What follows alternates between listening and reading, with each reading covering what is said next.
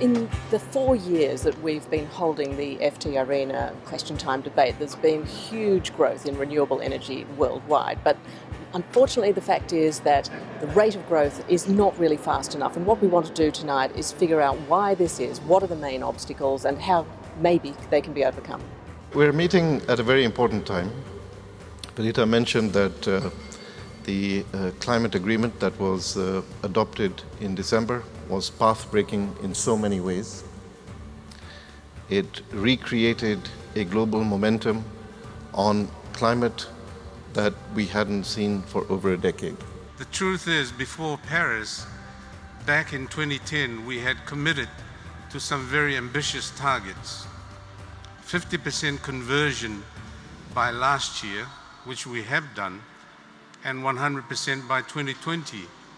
And we're on course to achieving that. In fact, we'll be 80% complete by the end of next year.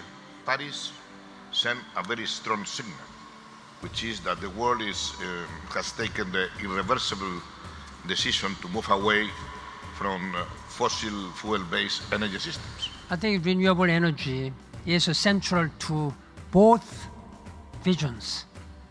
It will help provide solutions to the climate challenge, to eradicate poverty, food security, and many other challenges.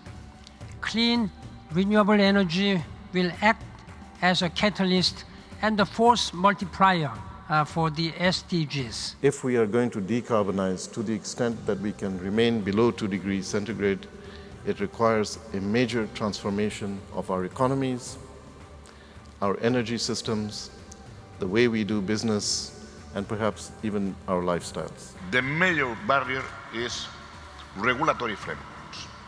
Policymakers must develop stable, transparent, and predictable regulations and rules for renewables. If the framework is not there, investors will never come. We have been called to a higher purpose. And that, I think, is the extraordinary thing about Paris. And I do not want to leave the impression here, frankly, that the global context in which Paris was taken is disassociated or is a different reality from national policy. They are not different realities. They are fundamentally connected. So what the world has said quite clearly is we have now drawn the boundary around how much we're going to emit, not for this century, for the rest of the history of mankind on this planet.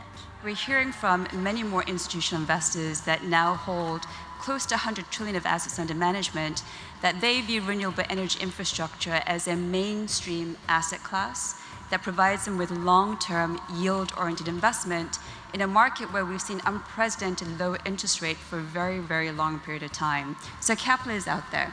Events like this are vital to spread the word and spur other companies and other civil societies and institutions to examine their energy consumptions and take part in the transition. The question time debate organized by the FT has been outstanding because we were able to combine the views of people who have been in the negotiations of the COP21 in Paris, which maximum responsibles of the energy policy in a Pacific island and with the financial sector. And that has permitted us together to analyze which are the barriers for introduction of renewables in the European energy market, and also the big opportunities that in order to fight climate change means the development of sustainable energy within the world. The significance of the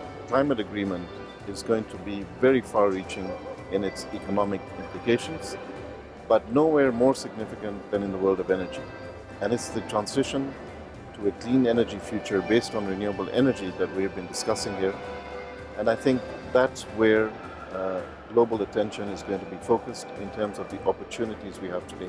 So I think that was a really interesting discussion, not just because we had the calibre of people, and Christiana Figueres has obviously been crucial to really forging this Paris Climate Agreement, but seeing what impact it's had in the real world. And we heard that very clearly from Kyung-Ah Park from Goldman Sachs, saying that, yeah, I mean, it's great that shares did jump a little bit after the Paris Agreement, but really the point where we saw real action was when tax credits were renewed in the US. So that really brought home the point that was made repeatedly, that really it's consistency of government policy and government action that really makes a difference.